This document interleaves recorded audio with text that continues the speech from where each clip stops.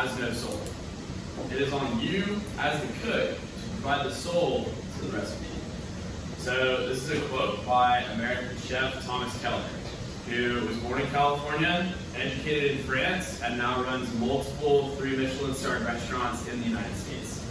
And today, we're going to be talking about a subject called food culture. And it's how what has happened in your life, what you've experienced, and the foods you eat affect how you view the world and how we can kind of guess who you are based on how you eat and what you eat. So, Thomas Keller is a prime example of this.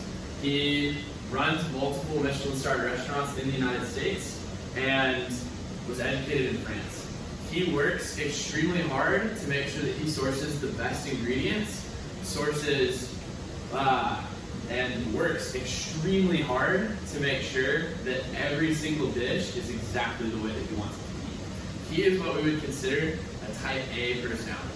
He goes in, he makes sure that everything is the best and everything is exactly the way that he wants it to be before he sends it out. So, let's take a moment and I want every single one of you guys to think of your favorite food. So, some of you might have said things like sushi or steak or pizza or fried chicken. And every single one of these things can show how your life has affected the way that you are. A couple of examples of this. If your favorite food is sushi and you are not from a predominantly Asian culture, then you have more than likely been educated in multiple different food styles from around the world, and that can kind of show your level of understanding of world cultures outside of the one that you grew up in. If your favorite food is something like fried chicken and you're from the South, then it shows that you love being at home, you love the way that you grew up, and you love just feeling that comfort food in your soul. So, Stephanie Sanchez, who's a researcher from the University of New Mexico, broke down the New Mexican food culture into 3 things. Flour tortillas, green chilies, and Mexican spices. So, New Mexico's food culture breaks down into the 3 main parts of that. Mexican spices from all of the immigrants from Mexico that moved up from Spain during the time of the conquistadors. The green chilies and other ingredients that grow locally in that area as brought by the Native Americans who lived there. And then things like flour tortillas and wheat, corn, and these other things that grew a lot more in the Great Plains area up near the Midwest that then migrated themselves down into New Mexico, causing that food culture. So, the United States is a mixture of multiple different things, and New Mexico is a perfect example of how the U.S. Blending of foods and different cultures has caused, or can show, the blending of the U.S. through all of its different cultures.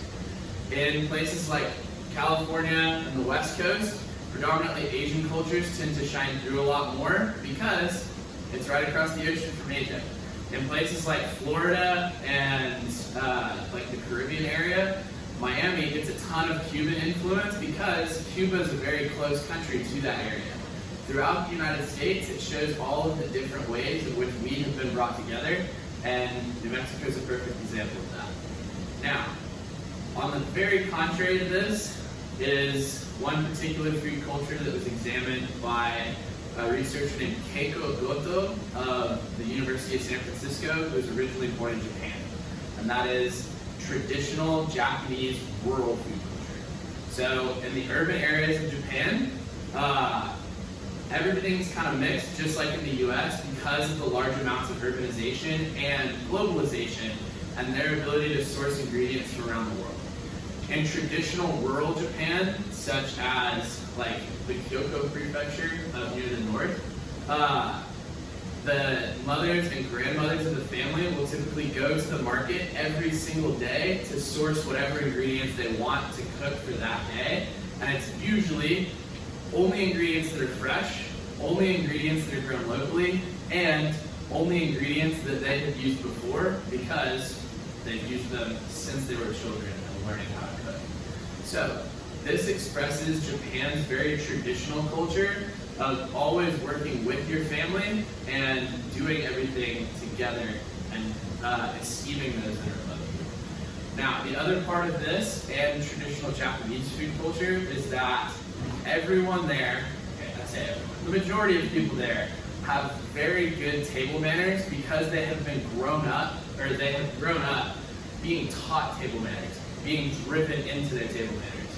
For instance, if you have a pair of chopsticks, you set them on the chopstick rest perpendicular to you. This is so that you don't offend anyone by pointing your chopsticks directly at them. You don't ever stick them directly into the rice bowl because this is considered offensive, as it looks like the incense that they burn at their funeral processions, which can be culturally, or not culturally, but just insensitive towards your ancestors and those that have come before you. So, this also shows Japan's very rule-following nature and the way that they go about